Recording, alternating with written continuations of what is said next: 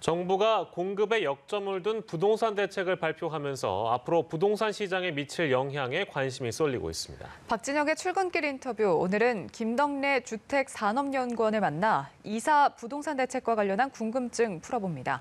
주택산업연구원에 나가 있는 박진영 기자 나와주시죠.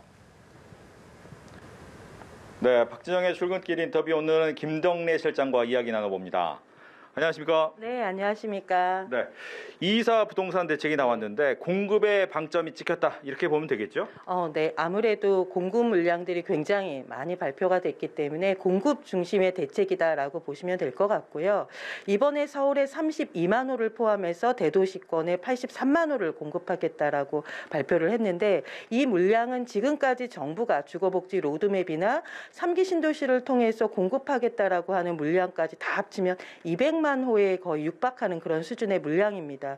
이건 과거 우리가 1기 신도시를 공급했을 때 주택 200만 호 건설 계획과 거의 비슷한 수준이기 때문에, 당시에 200만 호 건설 계획을 통해서 1기 신도시가 나오고 1990년대는 좀 주택 가격이 안정화됐던 시기가 있었고, 이번에 정부가 발표한 계획 물량들이 계획대로 다 시장에 공급이 될 수 있다라고 하면 지금의 주택 가격의 문제는 어느 정도 조금 완화될 수 있다라는 기대를 가져볼 수도 있다라고 보여집니다. 네. 이번 대책에서 눈에 띄는 부분은 도심 지역에서도 공급을 늘리겠다라는 부분인데, 이 부분을 좀 더 설명을 해준다면요.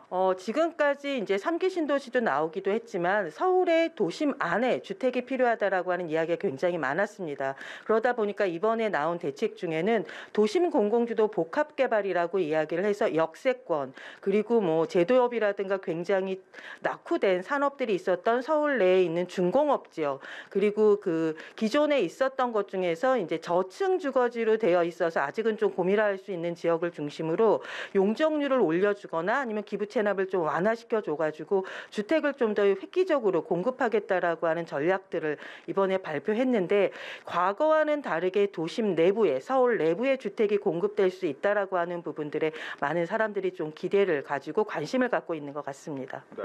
이제 과거 부동산 대책이 나올 때 보면 지역 이름이 나오기 때문에 거기에 대한 관심이 또 급속히 올라간 경향이 있었는데, 이번에는 어느 지역인지가 밝혀지지 않았거든요. 그 이유가 있을까요?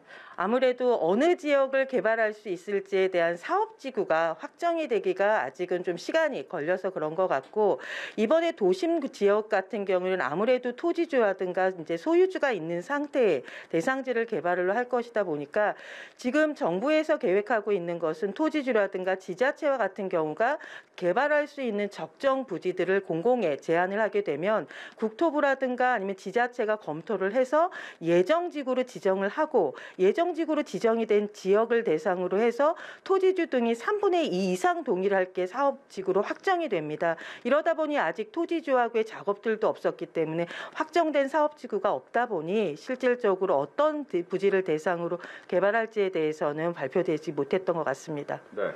말씀해 주신 것처럼 끝으로 이제 토지주에 대한 동의가 굉장히 중요해 보이는데, 이 부분을 실효성을 좀 높이기 위해서는 어떤 대책이 좀 추가적으로 나와야 될까요? 아무래도 토지주가 이 개발을 통해서 나의 기본 자산이긴 하기 때문에 나중에 개발이 됐을 때 어느 정도의 이익이 있겠구나라고 하는 동의가 굉장히 중요할 것 같고요. 이번에 정부에서의 대책들을 보면 좀 기존의 기존 개발 방식으로 했을 때보다 높은 수익률을 보장하겠다라는 얘기와, 그리고 상가라든가 아파트에 대해서는 우선 공급을 해주겠다라고 하는 제도를 처음으로 도입을 했습니다. 이러한 것들이 사업 확정 과정 속에서 토지주들이 이제 충분하다라는 생각을 가질 수 있게끔 수익률의 어떤 포션이라든가 아니면 그 우선 분양권을 처리하는 방식, 이런 것들이 좀 더 구체화될 필요가 있다라고 보여집니다. 네, 오늘 말씀 잘 들었습니다. 네, 감사합니다. 지금까지 박진영의 출근길 인터뷰였습니다.